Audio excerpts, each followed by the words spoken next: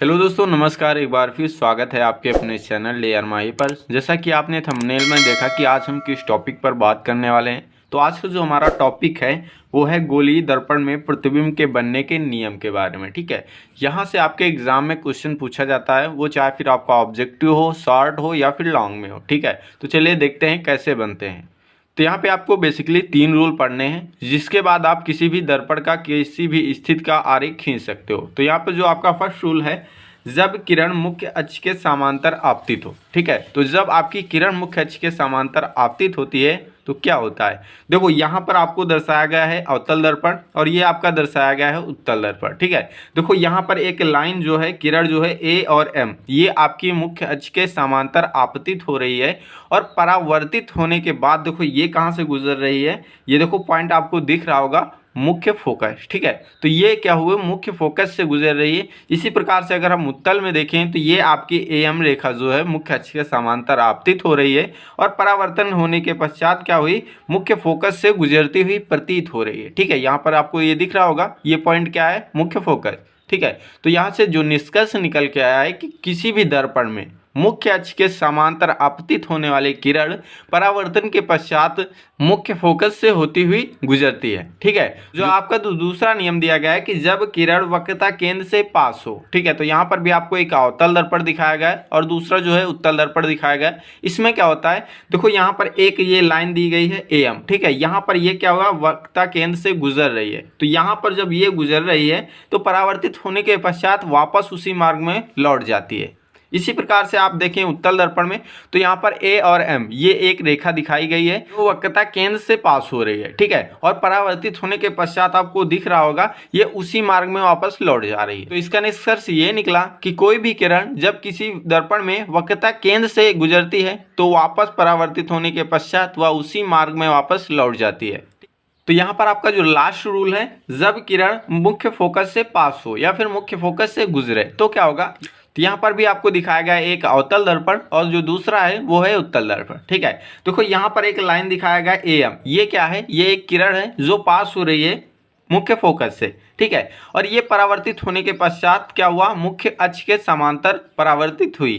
ठीक है, इसी प्रकार से अगर हम देखें उत्तल दर्पण में, तो यहाँ पर एक लाइन दिखाई गई है ए और एम, ये क्या हुई, ये मुख्य फोकस से गुजरती हुई प्रतीत हो रही है और परावर्तित होने के पश्चात ये लाइन जो है मुख्य अक्ष के समांतर परावर्तित होती है। तो इस प्रकार से आपके 3 जो रूल थे उसे आपको मैंने बता दिया। ये काफ़ी ज़्यादा इंपॉर्टेंट है, अगर आपको ये समझ में आ गए, ठीक है, तो आप किसी भी दर्पण का किसी भी स्थिति का आरेख खींच सकते हैं और ये एग्जाम में 100% आपके पूछा जाएगा। तो चलिए देखते हैं उत्तल दर्पण और अवतल दर्पण के कुछ विशेष स्थितियों के लिए प्रतिबिंब का आरेख। तो इस प्रकार हमने ले लिया है पहले अवतल दर्पण, और अवतल दर्पण में आपकी बनती हैं 6 स्थितियां, 1 बाय 1 करके आइए हम देखते हैं। ठीक है, तो यहाँ पर जो आपकी फर्स्ट कंडीशन दी गई है, जब वस्तु अनंत पर हो, तो वहाँ पर भी आपकी 2 कंडीशन बनती हैं। जब आपकी किरणें जो होती हैं, आपतित किरणें, वो मुख्य अक्ष के समांतर हों, और दूसरी स्थिति बनती है जब आपकी आपतित किरणें मुख्य अक्ष के समांतर ना हो। ठीक है, तो देखो यहाँ पर आपको दिखाया गया है अवतल दर्पण और यहाँ पर ए एम और बी एन क्या है, ए आपतित किरण है जो मुख्य अक्ष के समांतर आपतित हो रही है, और जो किरणें मुख्य अक्ष के समांतर आपतित होती हैं वो परावर्तन होने के पश्चात मुख्य फोकस पर मिलती हैं। ठीक है, तो यहाँ पर आपको दिख रहा होगा जो आपकी रेखा है ए एम और बी एन, ये परावर्तित होने के पश्चात मुख्य फोकस पर मिल रही हैं। ठीक है, तो यहाँ पर जो कटान बिंदु मिलेगा इन दोनों रेखाओं का, वहीं पर बनेगा आपका प्रतिबिंब। ठीक है, तो यहाँ पर आपको दिख रहा होगा कि ये फोकस है और यहाँ पर एक पॉइंट के जैसा कट कर रही हैं, तो यहाँ पर क्या हुआ, ये यहाँ पर जो आपका प्रतिबिंब बनेगा एक पॉइंट सा बनेगा, एक बिंदु सा बनेगा, तो यहाँ पर वस्तु का जो आकार होगा वो अत्यधिक छोटा होगा।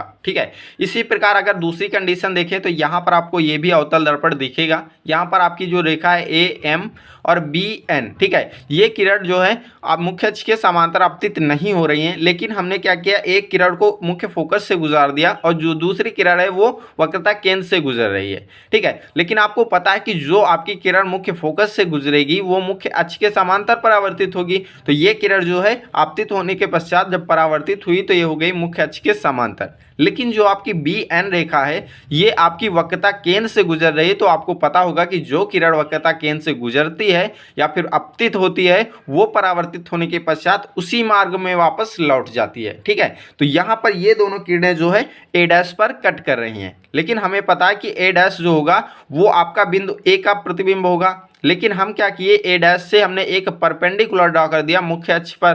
ठीक है, तो यहाँ पर जो आपका मिलेगा ए डैश बी डैश, ये क्या होगा, वस्तु ए और बी का प्रतिबिंब होगा। ठीक है, क्या होगा, ये वस्तु ए और बी का प्रतिबिंब होगा। लेकिन आकार की बात करें तो ये वस्तु से छोटा होगा, वस्तु की ओर ही होगा, उल्टा होगा। ठीक है, तो यहाँ पर जो ओवरऑल आपका जो प्रकृति निकल के आई इस कंडीशन पर, जो आपका प्रतिबिंब बनेगा वो बनेगा वास्तविक, उल्टा और वस्तु से अत्यधिक छोटा। ठीक है, तो यहाँ पर जो आपकी सेकंड कंडीशन दी गई है कि जब वस्तु अनंत और वक्रता केंद्र के बीच हो। ठीक है, देखो यहाँ पर ये आपका बनाया गया है अवतल दर्पण, यहाँ पर ये आपका दिखाया गया है मुख्य अक्ष, ये आपका फोकस हो गया और ये हो गया वक्रता केंद्र।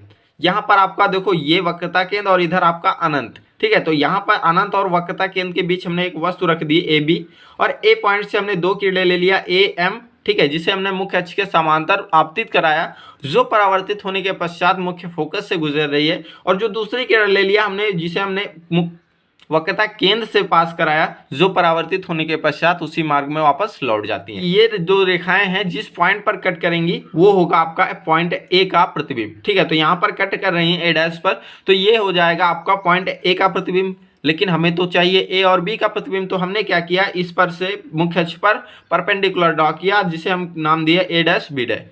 ये जो होगा ये होगा आपका प्रतिबिंब। किसका प्रतिबिंब होगा, तो ये होगा वस्तु ए और बी का प्रतिबिंब। ठीक है, तो यहाँ पर आपकी जो स्थिति होगी वो आपको दिख रही होगी कि ये आपका वक्रता केंद्र है और ये है फोकस। ठीक है, तो यहाँ पर जो प्रतिबिंब बन रहा है ये बनेगा वक्रता केंद्र और मुख्य फोकस के बीच में। प्रकृति की बात करें तो ये आपका होगा उल्टा, वस्तु से छोटा और वास्तविक। ठीक है, कैसा बनेगा, उल्टा, वस्तु से छोटा एवं वास्तविक। ठीक है, तो यहाँ पर जो आपकी तीसरी कंडीशन दी गई, जब वस्तु वक्रता केंद्र सी पर हो। ठीक है, तो यहाँ पर आपको ये पूरा फिगर दिखेगा अवतल दर्पण का, ये आपका हो जाएगा मुख्य अक्ष और यहाँ पर ये फोकस हो जाएगा और ये हो जाएगा वक्रता केंद्र। तो यहीं पर हमने वस्तु रख दिया ए और बी, और यहाँ से हम पॉइंट ए से दो किरणें पास कराए, एक ए एम जो मुख्य अक्ष के समांतर आपतित हो रही है, और मुख्य अक्ष के समांतर आपतित किरणें परावर्तन के पश्चात कहाँ से गुजरेंगी, फोकस से। ठीक है, और दूसरी किरण ए और एन जो कहाँ से गुजर रही है, फोकस से, और फोकस से जो किरणें आपतित होती हैं वो परावर्तित होने के पश्चात मुख्य अक्ष के समांतर हो जाती हैं। ठीक है, तो यहाँ पर ये दोनों किरणें पॉइंट ए डैश पर कट कर रही हैं, और ए डैश से हमने क्या किया, एक परपेंडिकुलर ड्रॉ कर दिया मुख्य अक्ष पर। तो यहाँ पर आपको मिल जाएगा ए डैश बी डैश। ठीक है, ये होगा आपका प्रतिबिंब। किसका प्रतिबिंब होगा, तो ये होगा आपका वस्तु ए और बी का। अगर इसकी स्थिति की बात करें तो ये बनेगा आपका वक्रता केंद्र पर ही। अगर इसकी प्रकृति की बात करें तो ये बनेगा आपका उल्टा, वस्तु के आकार के बराबर और आभासी। ठीक है, तो इस प्रकार से तीन कंडीशन कंप्लीट।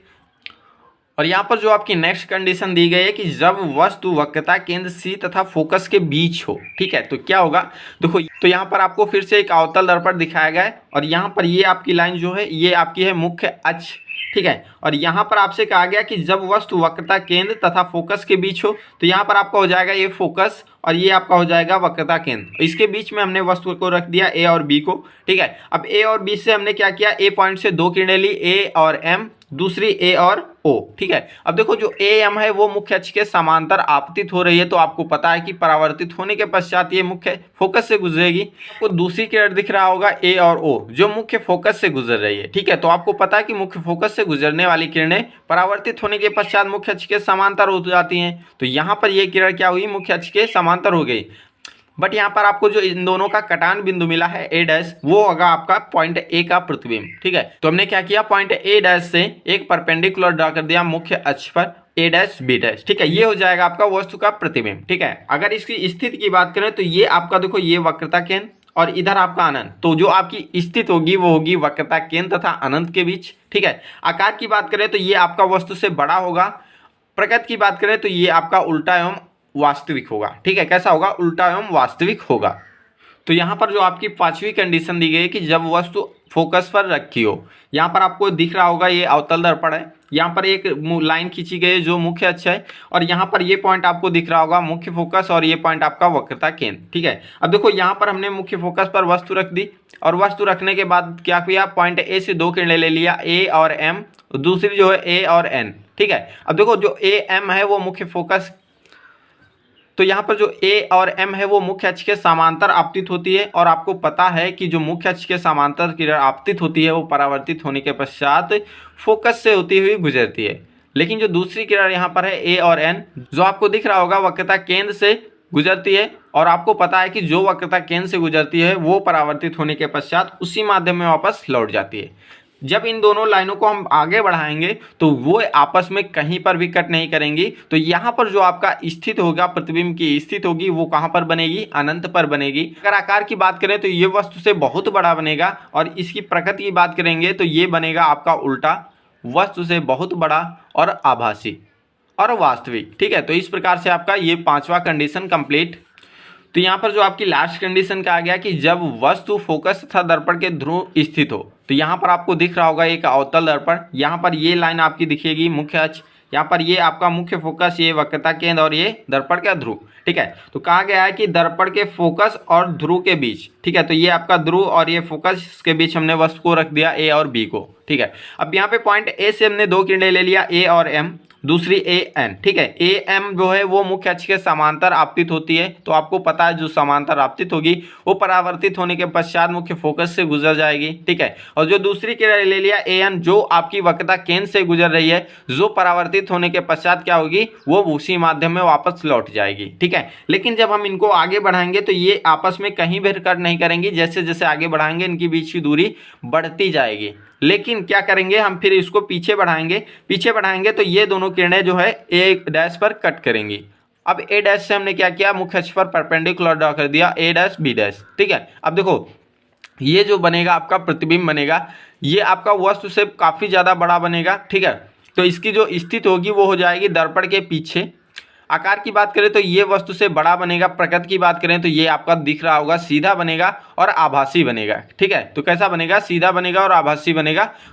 तो यहाँ पर आपका आ गया है उत्तल दर्पण। उत्तल दर्पण में आपकी एक ही कंडीशन होती है। क्यों होती है, क्योंकि आपका जो फोकस होता है, जो वक्रता केंद्र होता है, वो परावर्तक तल के दूसरी ओर होता है। ठीक है, तो यहाँ पर हमने क्या किया, एक वस्तु ले ली ए और बी, जिसे हम मुख्य अक्ष पर रख देते हैं। ठीक है, अब देखो यहाँ पॉइंट ए से हमने एक किरण ले लिया ए एम, जो मुख्य अक्ष के समांतर आपतित हो रही है, और आपको पता है कि जो मुख्य अक्ष के समांतर आपतित होगी वो परावर्तित होने के पश्चात मुख्य फोकस से गुजरेगा या फिर गुजरता हुआ प्रतीत होगा। तो यहाँ पर जो आपका उत्तल दर्पण होता है वहां पर आपका गुजरती हुई प्रतीत होती है। तो यहाँ पे क्या हुआ, ए एम देखो यहाँ पे पॉइंट ए पर आपतित हुई, और यहाँ पर क्या हुआ, परावर्तित हो गई मुख्य फोकस से गुजरती हुई। ठीक है, अब देखो यहाँ पर दूसरी किरण ले लिया ए एन, जो आपकी वक्रता केंद्र से गुजरती हुई प्रतीत होती है, जो परावर्तित होने के पश्चात उसी माध्यम में वापस लौट जाती है। ठीक है, अब देखो हमने क्या किया, इसको पीछे बढ़ा दिया, और पीछे बढ़ाने के बाद ये दोनों रेखाएं पॉइंट ए डैश पर कट करेंगी, और यहाँ पर ए डैश से हमने एक परपेंडिकुलर ड्रॉ कर दिया मुख्य अक्ष पर, जहां से हमको मिला ए डैश बी डैश। ठीक है, ये होगा आपका वस्तु का प्रतिबिंब। ठीक है,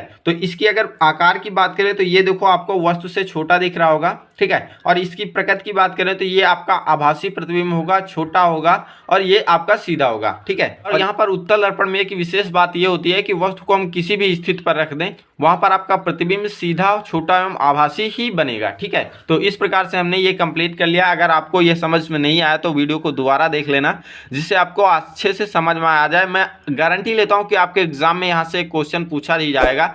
अगर वीडियो आपके लिए हेल्पफुल है तो आप वीडियो को लाइक करके चैनल को सब्सक्राइब कर लेना, और बेल आइकन को भी प्रेस कर देना, ताकि आपको नोटिफिकेशन टाइम टू टाइम मिलता रहे। Thanks for watching again.